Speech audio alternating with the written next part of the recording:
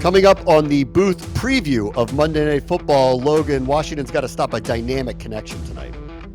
Yeah, and with the addition of T. Higgins, that gets a little bit more complicated. It does. How about Jayden Daniels, though? We might have our own cheat code in Washington. Man, I certainly hope so. And like with Jayden Daniels and versus Cincinnati defense, there's a really narrow path to victory, but it's there. Hopefully they can get it done. We're saying there's a chance. On the booth preview, it's coming up. Welcome into this week's edition of the Booth Review. Bram Weinstein, Logan Paulson. We're going to call this the Booth Preview because we have not called Washington and Cincinnati first primetime Monday night game that Washington's had early in a season in a long time, in the first Monday night game that they've had in 2 years since they had that memorable one in Philadelphia, the B-Rob game where they ran the ball down the Eagles' throat, ended a Philadelphia undefeated season. I'm psyched, Logan. You psyched to get into the booth tonight for the Monday nighter against Joe Burrow? Yeah, man, really excited. I mean, I think this is going to be a really fun game to watch. And, the more, it's so funny every time you kind of do a preview, whether it's for Command Center or whatever, there are some engaging storylines and some good, interesting thoughts experiments about like football at its core. So it's going to be fun to watch that be executed tonight on a primetime stage. All right, let's go. Let's do a little booth review of the other teams in the NFC East really quickly, and just on Dallas, where the score looks better than at least the first 3.5 quarters were against the Ravens. Their run defense was swallowed up by Baltimore. They were getting blown out yesterday. Suddenly, off of a quick turn of events and a recovered onside kick, they made the score look better than it was. What just in general is your take on Dallas right now? Yeah, I mean, I think Dallas has got to kind of figure out like who they are defensively and kind of figure out how to stop some of this stuff, some of these run schemes that people are throwing at them. And to me, it's not even like super technical, at least the stuff that I've seen. It's more just a physicality mindset and like how they've constructed the team. We talked about it a little bit last night. They've got these kind of undersized defensive tackles, and they are used to playing in a certain type of game flow. They want to be ahead so they can rush the pass, so they can run stunts, they can bring pass rushing pressers. And all of a sudden, when you're in kind of a close game or you're behind, that's really challenging to deal with the personnel you have on the field. And obviously, like Mozzie Smith for them hasn't lived up to the billing in terms of being that kind of big, disruptive, run-stopping defensive tackle. But I do think that's something they definitely got to look at. They're young at the linebacker position. They're kind of Lafau from Notre Dame is kind of a guy that I thought was going to be very productive for them, but is struggling to kind of find his feet from an intellectual standpoint. So they got some growing to do on the defensive side of the football for sure. And I think when you've got a defense like that, offensively, you need to make sure you're more productive and you're more consistent. And they just weren't that yesterday, or at least Dax wasn't that yesterday. And obviously they came on late in the game, which is important. But I think it's the way their team's built is the offense has to be excellent, and the offense wasn't excellent yesterday. All right, how about the Eagles real quick, who got by, had some interesting decision-making, right? And then Saquon Barkley saves them. I mean, makes a couple of humongous runs, and they're in a tight game, and they get what I think is a pretty good early season win for them. Yeah, I was going to say, I think that's a nice win for that team. I think like that, a lot of adversity, and some of that was done by themselves, in terms of the, going forward on fourth down in the red zone. But I think that shows a grit for that team. It's something that they needed to do. People are calling for Sirianni's job out in Philadelphia, and I think that win had to happen. And it kind of came in a little bit of an unconventional way, an explosive play from the running back, this position that's supposed to be devalued. And obviously they went and made an investment there, which is fantastic for them, obviously. And then Dallas Goedert with an explosive play off of a coverage bust, and then you end up getting the W late in the game. So showed a lot of grit, and you're never supposed to root for Philly, but I like seeing teams kind of persevere through those moments, and it was great to see Philly manage that, and hopefully, at least not versus the Commanders, but hopefully, that's something that that organization can carry for a little bit, because it is one of those kind of character defining wins. So. All right, so let me go back to Dallas for a moment and get your thoughts on something, because I think it kind of applies to Cincinnati, who's got a lot of pressure on them. They have an all-world quarterback. There's high expectations. There's an assumption that they're going to be a really good playoff team and potentially more. And in Dallas, who's got a lot of expectations and a very good quarterback and all this stuff, there are a couple things that I think are kind of characteristic of both of these teams. And I just want to start with Dallas, and I'll transition over to our game tonight. Dallas can't seem to run the ball. and can't stop the run right now. So if you can't do either one of those things effectively, or you really can't do both, I don't know how you have some high expectation of what your season is going to be, right?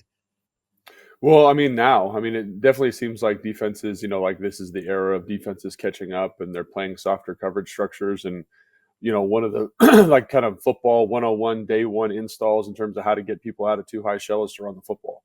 And if you're not impacting the game effectively running the football, like you're going to get these, you're going to allow them to like play bracket over CD Lamb. You're going to allow them to play these too high structures, which are going to limit your explosive plays. And, like if you look at explosive plays corollary in terms of, top 10 offenses in the league, like you need to find a way to drive explosive plays. And if you can't get them out of these too high shells, they're really going to limit what you can do from a production standpoint offensively. So I definitely think running the football, I know that's like kind of archaic in terms of philosophy, but I just think when you look at what defenses are doing now, like it's something that you have to do. And when you can't do it, you're putting everything on Dak, and like that's just not an effective way to run an offense. Like even when you look at some of the best offenses and some of the best quarterbacks, you look at Peyton Manning, you look at Tom Brady, look at Drew Brees, like all those teams, the thing that made them excellent. And I think when you look around the modern landscape of the NFL now, like Detroit, San Francisco, they can do both. They can beat you throwing the football. They have explosive playmakers, but when they have to put it in 4-wheel drive,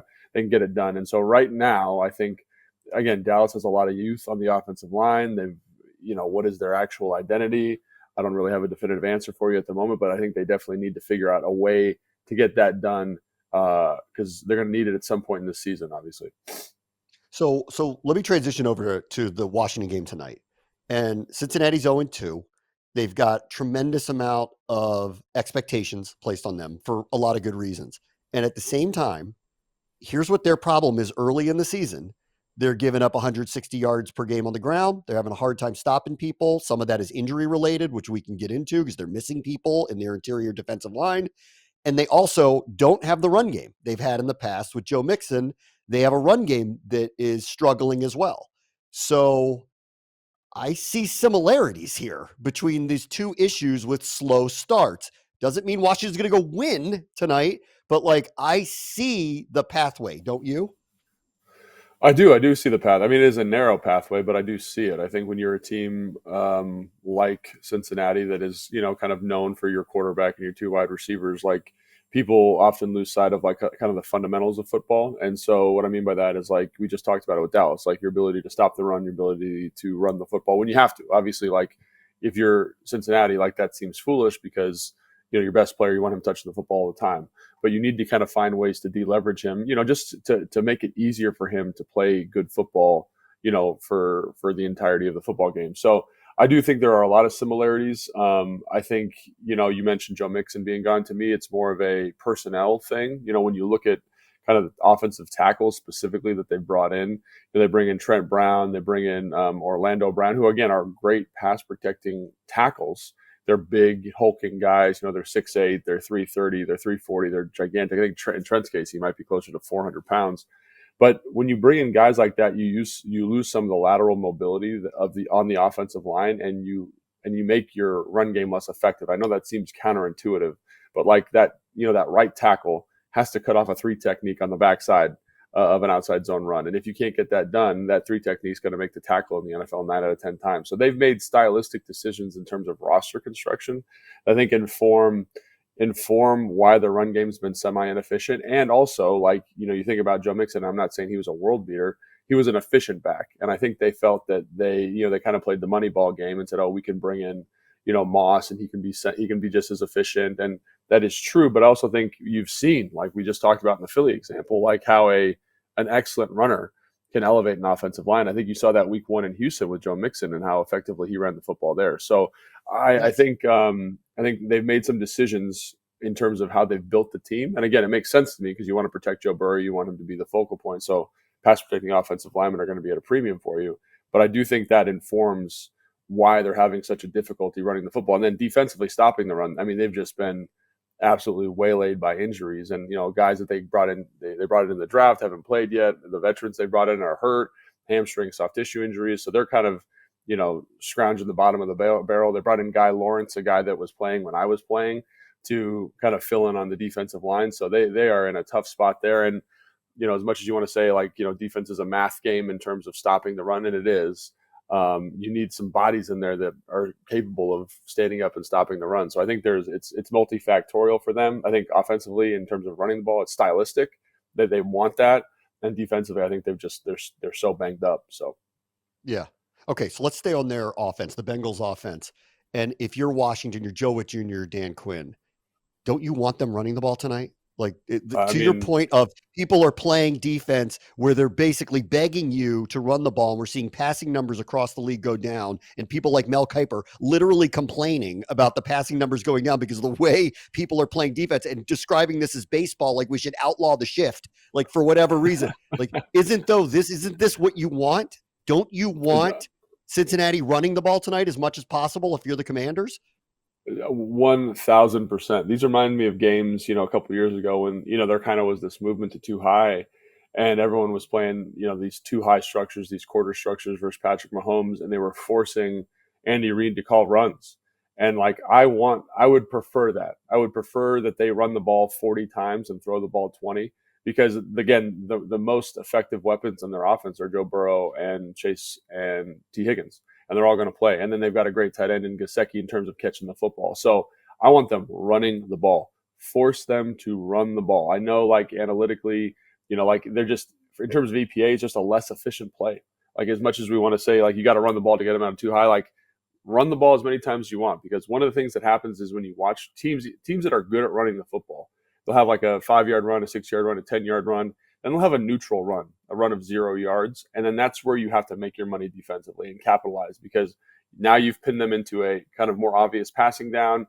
Can you get an incomplete pass? Then you got a 3rd and 10, and now we're cooking. So I'm playing baseball here. I'm playing the money ball game and saying this is a less efficient play, especially for the Bengals. Let's get them to do it as much as possible so that we can capitalize when they hit on a non-efficient. And that's the other thing, is even though, like, mathematically, like, if we play light boxes, they just have not run the football well at all this whole season, the Cincinnati Bengals. So not only is it a less efficient play across the NFL, but it's especially less efficient for the Cincinnati Bengals. So lean into those things. They're going to make a mistake. It kind of reminds me of the Shane Battier playing defense on Kobe Bryant. He's like, he's the least efficient off the dribble. So I just forced him off the dribble as much as possible and kind of played into that. And his shooting percentage was like 20% or something like that. Like, that's all you're doing. You're just playing math. Like, Kobe Bryant is going to score. Cincinnati's going to score. But how do we limit the total number of points they score? And I think it's like enticing them to run the football. Yeah, and I think that the pathway here, and to your point, might be narrow, but Washington successfully running the ball, possessing the ball, hopefully doing so against a weaker, run defense. And this is their strength, obviously, coming in, at least in the first couple of weeks. And Cincinnati forced to run the ball more, maybe even against their will, runs the clock, shortens the game. Suddenly you're in a close ball game in the fourth quarter, and then who knows what happens. There's a couple of other things that are going on with Cincinnati that I think are really interesting. They have a new offensive coordinator this year. Their ex-offensive coordinator is the head coach of Tennessee now. And last week against Kansas City, they threw 14 targets to tight ends. And I know T. Higgins wasn't playing and he was injured, but that seems off to me, that their best weapons are on the outside, and yet the bulk of the offense isn't going through it. So what do you make of how Cincinnati's in general played offense through a couple of weeks? I mean, I think that's kind of how they're constructed at the moment. Obviously, Yoshivish is the other guy that's kind of playing opposite Jamar Chase at the moment, and he's a good player. He's kind of got that big prototypical like X build, 6'3", 215 pounds. He's from Princeton, and a good player, but definitely not T. Higgins at this point in his career, right? They've got Burton, the kid from Alabama, who's the speedster, and he hit some explosive plays. But when you look at the experience of the receiving core, I mean, I look at the tight end position, and I say, Mike Gesicki has been around for a long time, and he's basically a big slot at this point in his career. He's like 6'6", he's like 235. So again, not like a big hulking guy. And that makes a lot of sense to me. He's going to be able to create favorable matchups, very similar kind of actually to the Washington Commanders. Going to be able to create favorable matchups underneath, and he did, and they were able to capitalize on that. And he's explosive. He ran a 4.4 coming out of Penn State.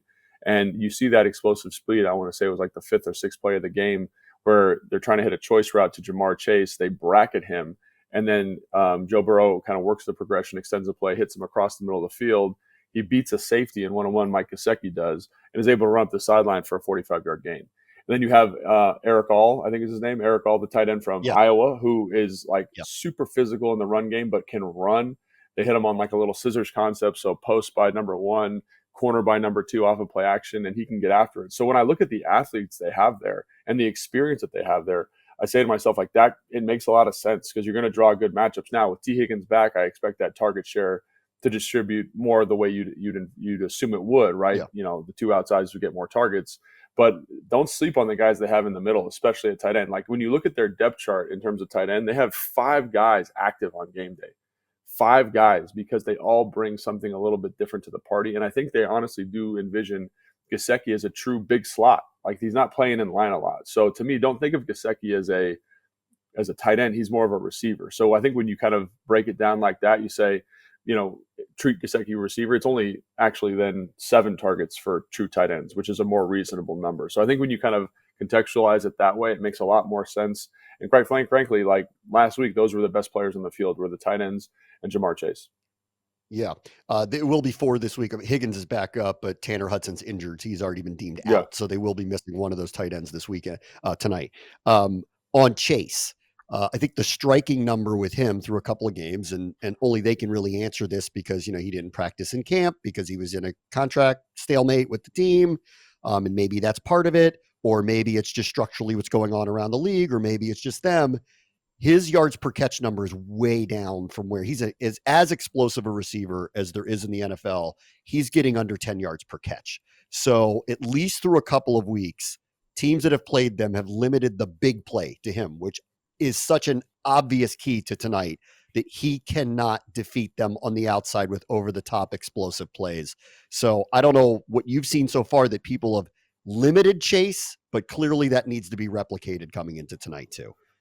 Yeah, the problem is I'm not sure it will be able to be replicated because when you look at how teams, the Kansas City Chiefs and the New England Patriots played Cincinnati, it was literally like the old school Julio Jones Megatron coverage where like devil be damned, like we are rotating the safety over the top of over the top of Chase. We've got him in a bracket. We've got him in some type of vice, and I've never. I mean, I'm sure I have before at some point in my career, but I don't remember both teams playing that level of volume towards that coverage structure in a long time. Like it was like almost every single snap and definitely every third down, definitely every second and long. Like you could almost set your watch by it. And so I think basically what the last 2 teams said is like they don't have another receiver opposite him that we're really worried about. Obviously, Burton's very fast. Josephus is a good kind of possession guy. I mentioned Mike Gesicki on the inside, but like there's nobody that scares them.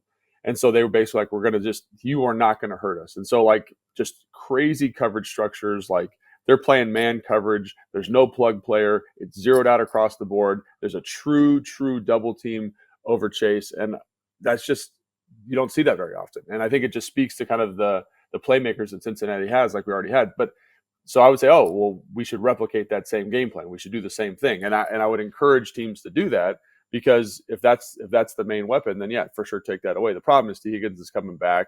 We already mentioned how good Mike Gesicki's in the slot. So I think with T. Higgins coming back, I think it really limits your ability to do that unless you feel like, for example, that Benjamin St-Juste can match up in a one-on-one situation favorably with T. Higgins. And I know after watching him versus Mike Williams, maybe that's the play. Maybe it's like, hey, you know, St-Juste, go earn your money today. Lock up with T. Higgins. We'll live with a couple explosive plays to that, but we can't let Jamar Chase beat us. Maybe that's the play that the Commanders go with today. And I don't actually hate that matchup, you know, like because T. Higgins isn't like super quick. Again, he's more of a contested catch ball guy. And I go back to how St-Juste played against Mike Evans, and he played that game about as well as he could have. So maybe you feel good about that, and you can go with the bracket. I just think it becomes way more challenging to engage in that game plan when you have 2 dynamic guys on the outside. Okay. The other part of this, obviously, is they're going to have to get pressure on Joe Burrow. Last week against Daniel Jones, I think it's safe to say that not enough pressure was applied. And he had a very good game against them. With Burrow, it's different. And we were talking about it when we were calling the game last week with Jones. With Jones, if you pressure him, there's no telling what he'll do. He'll become inaccurate. He might turn the ball over. He slides into pressure. Like he gets rattled, for lack of a better term. That's not what happens here. Burrow will literally step up into the pocket. He will take the hits. He's got the respect of all the coaches. He's very tough. You'll hear people like Dan Quinn talk about how tough he is, and he's got the injuries to show for it through his career that he's willing to do it. So as you think about pressuring Burrow, how do you think about getting to him in a way that could be effective to get the outcomes that you're looking for tonight? Yeah, so I think everyone says pressure, and I think that's important, but I think it's more important to keep him unsettled and not fall into a rhythm defensively, right? I think when you look at some of the best game plans against him, it's the ones where he has to hold the ball for a little bit. So what's the coverage contour look like? Can you disguise what you're doing? Can you drop? Can we bring simulated pressures? Can we drop eight? Can we bring those like overload 5-man, 6-man pressures when we have to and get home with them? So I don't think it's about necessarily getting pressure. I think that's an oversimplification. I think it's more how do you make him uncomfortable and how do you make him second guess what he's looking at? And I know that's easier said than done, right? That he's one of the best quarterbacks in football. He's got that, Joe Burrow cool. He seems to be unfazed at every turn by what defenses present. But when you looked at Kansas City, there were down and distances where they did a good job of disguising what they were in. He held the football, and it didn't lead to a sack necessarily, but it leads to incomplete passes, and incomplete passes lead to punts, and those are wins for the defense. So that's more what I would say. It's not so much pressure; it's just how do you make him mentally and physically uncomfortable. And again, there's a million ways to do it. I'm really excited to see what Joe Witt chooses to do, but I would say, what do the disguises look like? What do our pre-snap pressure looks look like? Do we drop out of them? Are we bringing stuff from those looks? Because again, if you, much like the quarterback with the offensive line, if you're able to present different looks and different angles to the quarterback, you can create kind of sneaky pressures off 4-man rushes. So that's what I would kind of keep an eye on today. And again, the pressure is important, but you can help yourself out by making the quarterback a little bit confused and a little bit tentative. And hopefully Joe Wood Jr. comes with a game plan that does that. There's one other thing with him, and this is what's different, obviously, about Jones and Burrow. And Burrow's an MVP caliber quarterback, and so I think it's unfair to judge them. But when you get pressure around the outside on him, he typically will step into the pocket. And one of Yeah. the real big talking points of this entire week is John and Duran and the impact that they've had in the games, or some belief outside that they haven't had the impact that people have anticipated. Here's an opportunity, right? If you know that like where he's going to go when he gets the pressure around the edge is come back into the teeth of your defense, or what you hope is the teeth of your defense, here's a night where John and Duran can make impact plays if they win, right? Or am I off? Mhm. No, I think you're 100% right. I think that's one thing. Good quarterbacks they should step up into the pocket. You see, kind of young, inexperienced guys stepping back out of the pocket, and that's becoming more and more common. Kind of with Mahomes doing it all the time. But most traditional pocket passers, your Drew Brees, your Tom Brady, your Peyton Mannings are going to step up into the pocket. So Joe Burrow to me is definitely in that mold. And obviously, when you have a guy that does that or has that skill set, you want to create internal pressure. But like and I do think this is a good week to do it. I do think the Bengals defensive or offensive interior is just okay. I think they're very solid. I think they're a good group together. But I think in terms of one-on-one pass pro, especially when you watch the New England game, White, I forget his first name, their defensive tackle, number 99, really put them in a blender in obvious passing situations and really stressed that group out. So obviously he's coming on strong as a young player in the NFL, but I do think John and Duran have that ability. Now it's about identifying the moments when you can really unleash the beast, kind of, so to speak, and like really get after the quarterback. But I do think, especially with a guy like Burrow, who's not quite as mobile, you can be more aggressive with your rush plan, right? I think that's going to be good. I think that was one thing you saw last week with Daniel Jones, a little bit more conservative rush plan. I think the other thing is the New York, we talked about this on the last booth review we did, is they were very, very aware of the pass rush. And so there was a lot of max pros, a lot of heavy play action pass. You're not going to get that same plan, or you shouldn't, I don't think, from Cincinnati, because they haven't shown that all year. They're going to be like, hey, we trust Joe Burrow to get us right. We trust our offensive line to help him protect him, much like Tampa Bay. And I think if you look at the Tampa Bay game, obviously the 5 or 6 pressures that they had are well documented. They got to get home and finish those. But I think that a performance like that in this game, because of the offensive philosophy, is definitely on the table. Okay. All right. Let's get to the other side of the ball. It's what the broad one, which I thought was really funny, was here's, Jayden Daniels' first Monday night game and it's bright lights and all this stuff. And when Cliff Kingsbury was asked about it the other day, he goes, I don't know. He's played in Death Valley at night a million times. I don't think this is going to be any kind of surprise to him. And through all of this, the whole cool, calm, collected, he's been there before. He has acted the part, lived the part. And I honestly have no concerns about that. There are other rookies that I would, but I don't here tonight. He's done this kind of too many times. And if you play Georgia in Death Valley on a Saturday night, trust me, I don't know that it does get much bigger than that on a football stage, honestly. Yeah, so I'm not worried about the lights being too bright because he's definitely showed that's not an issue. I'm worried about Lou Anarumo and his defense. Like that's what I'm worried about because his defense is very unique in terms of like the coverage structures they present, like the pressure packages that they bring, the kind of the game plan philosophy. And so what I mean by that is like they run a lot of stuff and they play hard and they're pretty good in the back end. There's no like elite name back there necessarily, but they're very consistent and they're on the same page. And so they do a great job disguising coverage. And so some of that stuff that we talked about with Joe Burrow that the Commanders have to do, this Anarumo defense does it all the time. That's part of their DNA is we are going to kind of hold coverage shells. We're gonna get to stuff that you're not expecting. We're gonna play man match. We're gonna play straight man. We're gonna play cover two. We're gonna play quarters, and we're good at all of them. And so the thing I'm worried about is like when you look at what happened versus Todd Bowles in Tampa Bay, and I mentioned this to you last night, is he was a little bit uncertain. He was a little bit accelerated. And in this game, like I think the same thing's going to happen, like from a coverage perspective. And again, like Anarumo does bring pressure. He brings a lot of first down pressure to stop the run. He brings a lot of third down pressure. He wants to be aggressive. But my big question for tonight is not the environment. I think he's going to be totally fine. It's just can he trust what he's seeing, and is he effective with that? Because if he's effective, we're going to be fine. But if he's a little accelerated and uncomfortable, that's when issues start to happen. And, obviously this Cincinnati defense picked off Patrick Mahomes twice in their game. So, they do find ways to get turnovers, and big reasons of it because they've got very consistent players in the back end who embrace the defense. They play hard, and it's a good scheme. So it's kind of like this trifecta of very challenging things for a young quarterback to navigate.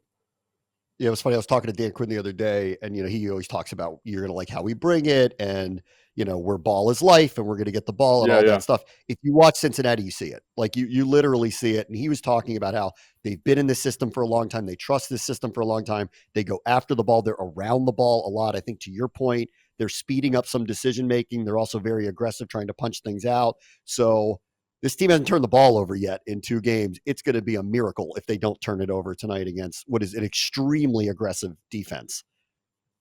Yeah, I mean, I totally agree. I think I couldn't have said any better myself. That's the main concern for me is this offense has been crazy efficient in terms of protecting the football, and that always allows you to be in the game because if your defense is able to sneak 1 or 2, you're able to gain 2 possessions like in a game, and you haven't turned the football over. That's excellent.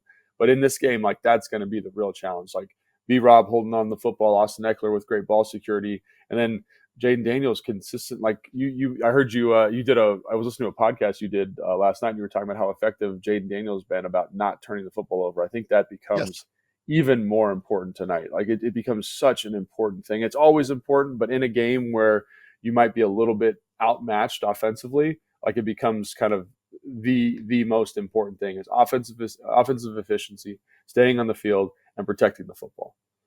Like I'm with you on like in the first game, it felt like the internal clock was really sped up, but it was his debut. He's taking on a defense with exotic blitz packages. They're blitzing 40% of the time. Like no kidding. But at no point in time, we did have the sack fumble, but at no point in time did he instinctually make what I thought was a bad decision with the ball. He didn't throw it in a bad spot. It was never close to being intercepted. Did he vacate the pocket a little too soon? Sure. Like we could parse out and nitpick some of the things he did. And in week 2, similarly, a lot less blitzes coming his way, maybe sped up a little bit at times. But again, instinctually, he's not putting the ball in harm's way. He's not making poor decisions. And to that, this is where I'm very positive. And as Fred Smoot put it, if this is ground zero, what's next for him? Because he's playing the position really well. And obviously we're hoping he's going to improve. But the part about his game that really impresses me to this point, go watch the other rookie quarterbacks that are out there, or any young quarterback, or the ones it's taken years like Sam Darnold and Baker Mayfield to find a spot where they're not turning the ball over regularly. This is off to a really good start from that perspective. You win or tie the turnover battle, you're in every game that you play. And he's not putting them to this point in harm's way. I do think that's going to be tested tonight, but it's the most impressive part of his game to me to this point. Yeah, I agree. And again, I think the thing about the game tonight that is so compelling is I think this is going to be the biggest challenge for him so far this year. You mentioned the primetime environment. We haven't even talked about Trey Hendrickson yet, who's an absolute maniac. But the coverage in the back end, are you trust? And again, I look at Cliff and I say, you did a great job against the Giants of kind of easing him into that game, excuse me, like with kind of easy RPOs, quick game, these kind of quick pre-snap reads in terms of screen, no screen, that type of stuff. So can you do that tonight? And what is Anarumo's plan? Like, he has seen this. He understands the issues that Cliff Kingsbury's offense is going to present. Like, what is his solution? Like, does he play a lot of man here? Does he kind of change his coverage philosophy to kind of say, hey, like, we want Jayden Daniels to beat us from the pocket? Like, I really think there's a lot of really compelling things happening on that side of the football to stop us. And again, how does Jayden Daniels, how does Cliff Kingsbury, how does this offensive staff manage and handle that while still being able to maintain some of the ball efficiency that you just talked about there? Okay. Let me get to Terry McLaurin. He was another humongous topic, this entire week. The number with him is yards per catch is under 5. Okay. So they haven't found a way to unlock him. It's not that he's not part of the game plan. He's the most targeted receiver. They just haven't figured out a way to put him in a spot to be effective. The 2 shots that they've taken in 2 games were in the Tampa game. Neither ended up being complete. And one was a near miss at the beginning of the second half against the Buccaneers. So as you think about Terry and his role in this offense, what is Cliff Kingsbury thinking about to try to find some space for him to work? Yeah, and I think, there were shots in the Giants game. The Giants just covered it well, so I think that number will definitely level out here. Maybe it levels out tonight and maybe has an explosive play. And we're not talking about his, under 5 yards per catch average anymore. I think it's such a small sample size this early in the season. I don't think we can make those conclusions. Because again, if he hits the ball, the first incomplete ball versus Tampa Bay, we're not having this conversation. Then there's the one that Jayden misses. Then there's the 2 that the Giants cover. They're trying to get the football down the field, but I do give Cliff a lot of credit. They have been very selective about those moments, and I think that's really smart. I think you want to be selective about when you take those chances because A, the young quarterback, you want him to feel very comfortable, but B, it's also the offensive line too. Kind of insulating that group and keeping them protected. So I do think that number will definitely change. Hopefully, it changes tonight. Hopefully, there's an explosive play to Terry. We can stop talking about this, but. To me, I'm not worried about it. Just like when I watched the All-22, I'm like, oh, they're trying to get this done. For whatever reason, it didn't work out. So hopefully tonight's the night, and they're ready to go, and they hit on a couple of those explosive plays to him, and this offense looks amazing, and we're coming out of here with a dub. But and again, if Terry gets an explosive, I think that's going to be a huge part of our offensive success because, like we just talked about at the top, if you find explosive plays, usually you're finding ways to win the football game. So again, I'm not that worried about it, and we'll see how it goes for the rest of the year. But I think we need more data points. We need more games, and I'm very confident Terry's going to find ways to impact this game. And I'm very confident Cliff's going to find ways to include him in the game plan. Yeah. All right. So let me get to what is, seemingly on its face the path to victory for them offensively, which is here's a team that rushed for over 200 yards as a team a week ago. Brian Robinson had a career high. They're running the ball in the middle of the field. Cincinnati's given up 160 yards per game to New England and Kansas City. They're missing Sheldon Rankins. BJ Hill is probably not going to play. They're calling up guys off the street and off the practice squad. They had a draft pick that got hurt in the middle of training camp. He's not available to them. So they're weak in injury in the middle of the line. They're already not defending the run very well. This is Washington's strength. Explain to me how this is not a heavy run offense tonight for Washington. Well, I think it is. I think it has to be to a certain level, but I think you got to look at how Cliff did it in against the Giants. It wasn't like we're not coming out, we're not running the ball, run. No, it's hey, we got to spread them out. We got to earn the right to run the football. And I think that's one thing I really appreciated, watching that Giants game is it reminded me a lot of Kyle in terms of approach, like Kyle and Sean and Mike McDaniel and Matt LaFleur. Like you'll never find offensive coordinators more motivated to run the football than those guys. But the thing about them is they're very fastidious about not running into bad looks. And I think when you look at what made this group so effective running the football is their ability to not run into bad looks. And they ran into favorable box counts, right? A bunch of times. B-Rob's big explosive run. I think it was in the third quarter, kind of on that double pull play. They're running into a 5-man box. And I can't tell you, I don't think I've ever seen a 5-man box on first down, ever, with a tight end and a running back in the backfield. Never. And so, like, Cliff earned that. He earned those looks. He earned those explosive plays by being patient. So, and again, it comes back to kind of a more, what's the word I'm looking for? A more fundamental principle of football, in that you need to make sure you're getting first downs, you're stacking plays. I think about how kind of herky-jerky the offense felt against Tampa Bay because they weren't able to sustain these long drives. They weren't able to get deep into the playbook. And I look at the Giants game, and it's like the total opposite of that. We're able to get to some trick plays. We're able to get to the run looks we want. We've earned those looks. We're able to be efficient on 2nd and long and 3rd and 10s, like with Jayden Daniels running the football. Like, there's other elements of the offense that are required to make sure you can run the football efficiently. And one is stacking plays, one is earning the right opportunities, and the other is being really, really good on 3rd down. And so if you look at that game against the Giants, obviously this team was amazing on 3rd down. And so, like, that's the storyline I'm following. Everyone says, "Oh, we got to come out to run the ball to win the game."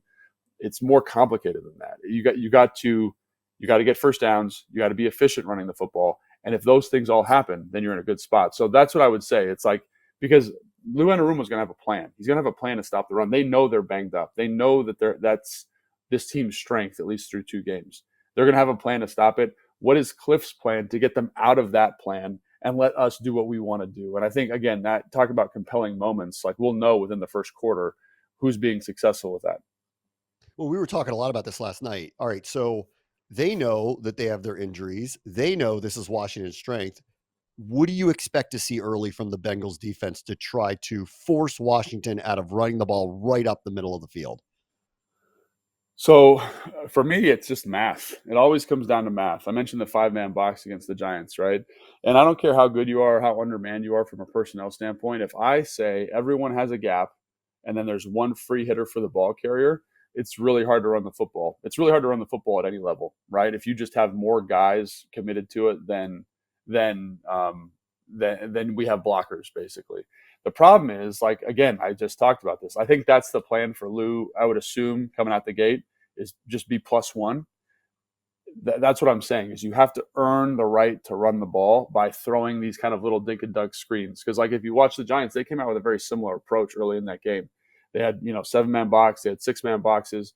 But as the game went on and we kept throwing those little dink and dunk kind of RPO screens out on the perimeter, they started playing 4 over 3. There was 3 receivers to the right. There's 4 defensive players over there.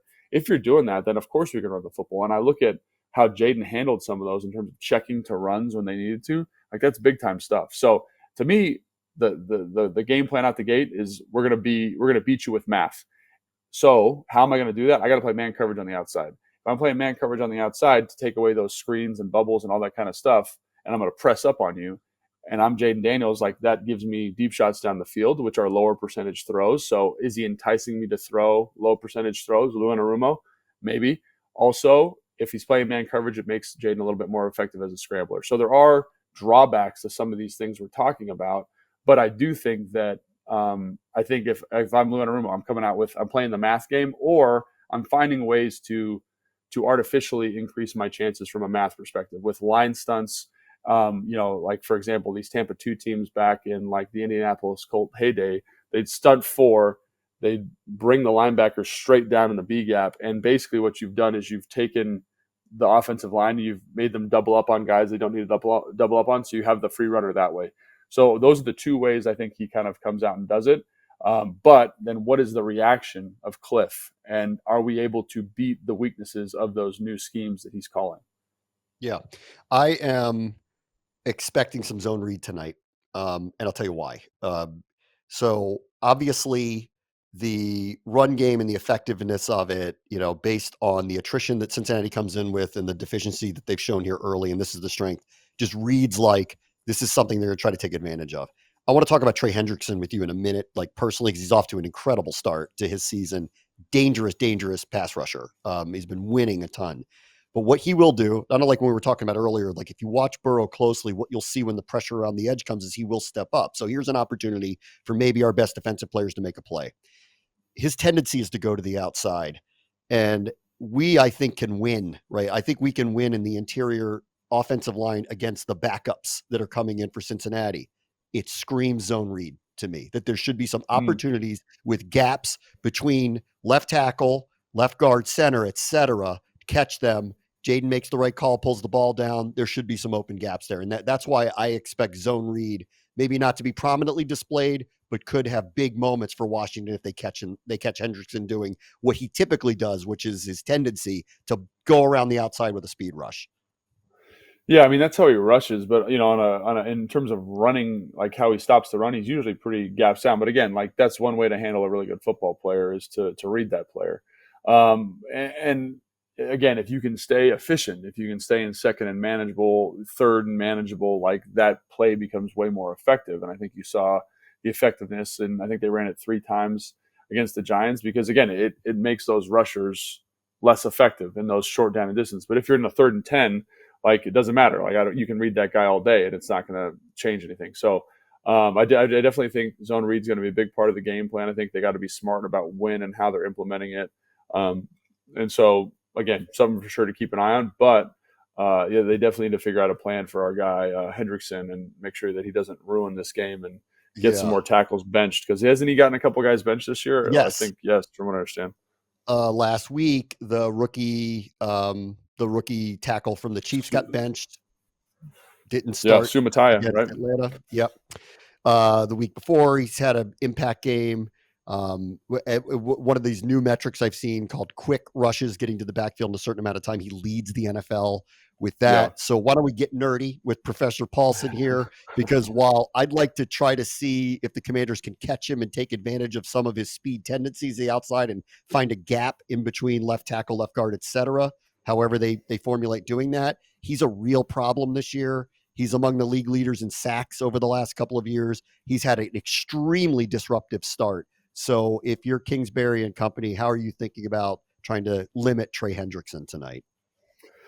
Yeah, I think you just got to call a really good game. And I know that's like, duh. But so what I would say is like we talked about managing first and second down efficiency. And one of the things that Trey Hendrickson does a really good job of is understanding when it is a passing down and kind of selling the farm on passing downs, which all good rushers do. Like Von Miller is excellent at that. TJ Watt is excellent at that. And so how do I limit his ability to assume it's a pass rushing down? Is make sure I'm in third and manageable, right? 3rd and 2. Because then, like you talked about, then we can get into some of our RPO stuff. We can get into some of our zone read stuff and handle that. Quick game is another way to really mitigate that kind of rusher's effectiveness because like they predicate themselves on get off. So if I'm always getting the ball out quickly, he can never get in a rhythm in terms of attacking the tackle and setting up multiple moves throughout the game. The other thing that I think is actually, the more you think about it, is going to be a huge part of this game is the screen game. And I look at how Cliff called it and when he called it against the Giants, and I thought it was very masterful in terms of insulating the offensive line. Because the screen, again, it's much like the quick game. It just limits his ability to be super aggressive to the pass because he has to retrace and get back in on the play. But it all kind of circles around this principle that you cannot be in obvious passing downs a lot in this game. So what does your first and second down efficiency look like? And that is maybe the number one key to eliminating guys like that effectiveness. And I think back to, when Montez Sweat was here and Chase Young was here and how other teams would call a game. They would call a game to eliminate that group from the field. And I think that's kind of how you got to call a game here. And I think when you look at what Cliff did last week against New York, he did a great job of doing the things we just talked about. Quick game RPO, zone read on that player to make sure that he can't impact the game. Like you isolate him by him having to make a decision, right? And Jayden Daniels' ability to keep them in second and manageable, third manageable by running the football on scrambles and design runs.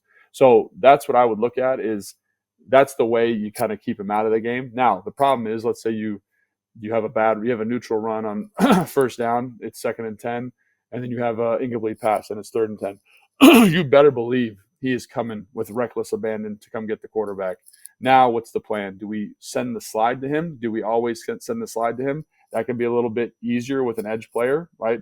Going to kind of work the 3-man slide to him so the guard can help out if he needs to. Probably chip help. Do you line a tight end over top of him so he can't get the correct angle to rush? And that tight end could even be in a 2-point. So those are some tools to kind of keep an eye on in those third and long situations to kind of just make him a little bit uneasy. And again, you're never going to fully be able to disrupt how effective he is. But those are some things, some tools that I would probably look at. Draws are another great example. Quarterback scrambles are also super effective because it forces them to be more disciplined. So there's a lot of tools at the disposal. It's just about the implementation. And again, that's one of the reasons I'm so excited to watch this game is because it seems like at every position, there's a little chess match between the coordinator, between the player, between the individual matchup, whatever it is. And I can't wait to see how it shakes out. Yeah, I mean, Washington's had a lot of more success than you would think with a rookie quarterback on 3rd and longs, but often it's been Jayden's legs that have ended up getting the yardage that's been necessary. And I think to your point, obviously a lot of attention is going to go to Hendrickson if they're in 3rd and long situations. So they're going to have to make decisions about that.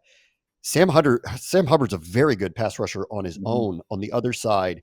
And then I'm picturing the Cincinnati defense looking at Andrew Wiley and thinking that there might be an advantage here and bringing someone and forcing him to make a choice. So I'm actually worried about the other side if they get into these 3rd and long situations.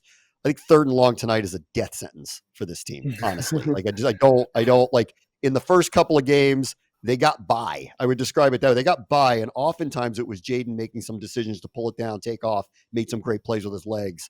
This one feels a little, to your point, I think this is the biggest challenge they faced from that. And I think this is going to be a tough one tonight. They need to be in 3rd and manageables as much as possible this evening. Yeah, and again, that's true of every team in the NFL, but there are certain teams that are better equipped to overcome it. And right now, even if you look at the offensive line construction for the Commanders, like those dudes are excellent in the run game.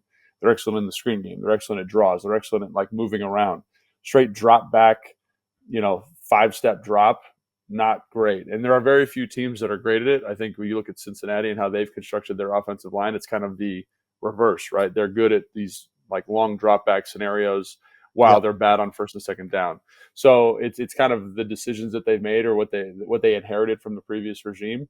But again, like Jayden Daniels in this instance is the ultimate trump card because as much as we want to talk about how good Trey Hendrickson is, they have not played a quarterback like Jayden Daniels in terms of his ability to run. And it really, again, it affects your ability to be confident with your rush. Like, I do some consulting for 3 or 4 DNs around the league, and that is a thing that comes up every single week when you're playing a rushing quarterback. It's like, how do you stay aggressive with your rush, but also maintain rush integrity and keep the pocket nice and tight? And so maybe they do that. Maybe they're able to kind of say, hey, Trey, we're going to think more power rushes, more bull rushes off the edges, compress the pocket, force him to step up or force him to step back. That's something else to kind of keep an eye on with Hendrickson is like, do you say, hey, Sam Hubbard, you are a bull rush guy only, right down the screws of Wiley to compress the pocket down, force Jayden Daniels to step back, and then Trey Hendrickson takes a nice high angle around. So there are some things that you'll see from a 4-man rush perspective that they'll utilize to try to get Jayden Daniels where they want to get him from a pocket standpoint. But again, like I can't wait to see what those look like. There are a couple things that I just mentioned that they could do, but we won't know until tonight, obviously. All right, last thing. I also believe like 3rd and long, I think is a death sentence for them.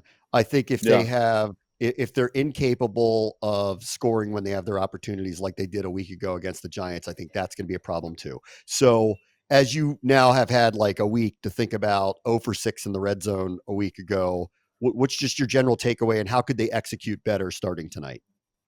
Well, I think the first thing is like this offense isn't good enough to take negative plays. Like when you're watching Kansas City, last night on Sunday Night Football against Atlanta, they take negative plays left and right. They take negative runs, they take penalties, and then they have this ultimate trump card back there, and Patrick Mahomes is able to overcome. Most teams don't have that. So the things we're talking about are just like normal day one install stuff. Can you be efficient on 3rd down? Can you be efficient on first and second down? And Yep. can you be efficient in the red zone? It's situational football. And I know that's kind of basic, but for a team like this, for a team like the Commanders, these things become even more important because the margin for error is so small. So for me, it's just, can we not take penalties? And this is where the environment of Cincinnati, I think, becomes relevant, is because you had a whole bunch of false start penalties at home. It's going to be insanely loud here. Like, don't get it twisted. They're going to be turned up for tonight. And can you manage the game? Can you manage those pre-snap processes and not draw penalties in the loudest moments of the game in the red zone when the home crowd is really juiced up? So to me, that's a major one, because I actually don't think that the play calls were bad. I don't think the play designs were bad. It's just, it comes down to not shooting yourself in the foot, because most offenses, I don't care how good you are, you cannot operate from 1st and 20. It just doesn't work, right? You just put yourself behind the 8 ball from the jump. So, and no sacks. No, you cannot take negative plays in the red zone. You can't do it. It's just going to kill you. So that's something that I would say, like, did you get that corrected? Does Jayden feel good? Because some of those, he's taking sacks on RPOs. Like, the ball needs to be out. Even if once you pulled it, you don't like what it looks like, throw it away. I don't care. Yes. Like, we just got to be a little bit more efficient with that stuff. So no negative plays in the red zone. I know that's like great football analysis, but like, make sure the quarterback feels comfortable. Make sure he knows he can get the ball out, and let's get some points on the board, because the play designs were not bad. It just came down to, for whatever reason, inside the 15, inside the 20, execution was not where it needed to be. I agree with you. And this happened in the Tampa game too. This team, and it's all new, they're not equipped yet to make up for the mistakes that occur, especially in a situation like that. And I think this was underrated too, because I thought Jayden played very well. And again, is instinctually playing in general really well. And he's not putting the ball in harm's way. It's really important. He's clearly capable of these really electric plays, specifically with his legs. He took 2 sacks in the red zone. Now, one of them, and in both cases, there were throwaways there. Eat it, throw it away, get to the next play, don't take a negative play. In one of those cases, he checked into the Eckler run that went 3rd and 14 to 4th and 1. That gave him a shot, right? That gave him a shot. And then they had that was the first of the 3 penalties that backed him up again, and they chose to kick a field goal there. But like, it's him too. Like, it's everybody. It's not just him. He took 2 sacks on red zone in red zone territory as well. So it's everybody, and they're still learning as they go here. Yeah. And that's something, that I can't tell you how many meetings I've sat in where that's been the discussion. We got to be more efficient in the red zone. We got to be more efficient in 2 minutes. We got to be more efficient on 3rd down. I think the $1 million question is how you do that. I feel like after watching the New York game and after watching the Tampa Bay game, the path for this team is relatively simple. It's, let's be better with our pre-snap processes, and let's not take sacks. And so those are kind of relatively easily corrected. Obviously Jayden Daniels is trying to make a play on 2 of those sacks, but I think that's again where he's learning what he can and cannot get away with as a runner, and like when it's time to kind of, like take the loss and throw the ball away or whatever. So that, again, that'll come with time. But I think the pre-snap stuff, like that, again, that's something that I think can be improved on just by making it a point of emphasis. And hopefully it's better this week, and hopefully they score some touchdowns, which I'm really excited for. Maybe Jayden Daniels' first touchdown of the season. So really, really excited for those things in the red zone specifically, and really excited to see how Jayden Daniels just handles this Lou Anarumo defense in general. And again, like, he's going to have some special stuff dialed up throughout the game, but also specifically in the red zone. So really, really interesting matchup from that standpoint. This is really a great matchup in a big time primetime spot. And I think, like, we're both on the same page about this. There's a lot of unanswered questions, and I think this is a heck of a matchup to find out a lot about where this team is, regardless of the outcome. I think this is a big time opportunity to find out kind of where they are on both sides of the ball, honestly. Mm-hmm. No, I totally think so too. And like, we didn't talk about the Giants in our kind of preview of the division or review of the division, but they beat the Cleveland Browns and looked pretty gosh darn good doing it. So maybe the Giants are better than they think, and maybe the Cowboys are worse than we think, and maybe Philly's exactly where we thought. But the moral of the story is it's open, and the thing about the NFL is every single week, if the game plan's right, if the stars align correctly, you can win the game. And so, and I haven't felt that way in a long time about this team, but I think with Jayden Daniels at the quarterback spot and some of the new energy with the coaches, you're like, man, like, maybe they can do it. If the plan's right, if they put these guys in a good spot and the guys execute it, like, it's there. So I'm encouraged. And I think that's and again, like, Cincinnati, I think, is a roster, but like, this team could be better coached potentially. And we'll see tonight. And I think that's another thing I'm really excited to see. Yeah. And also we also have not had the cheat code quarterback in a very long time. And I think we're seeing the beginnings of that, where we talk about these things where you go, can this team overcome mistakes? And you're like, well, the Chiefs have that guy back there doing that. Maybe we do too. And I don't want to get too far ahead of it, but like at some point, maybe we do too. And we'll find out. Well, yeah, and we'll find out tonight.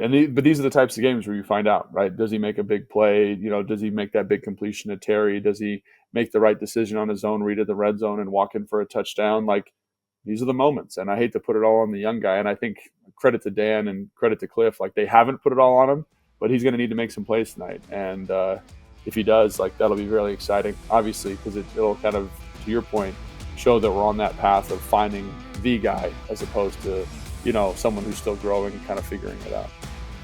All right, Logan, I'm excited for tonight. See you in the booth in Cincinnati. Yeah, me too. Looking forward to it.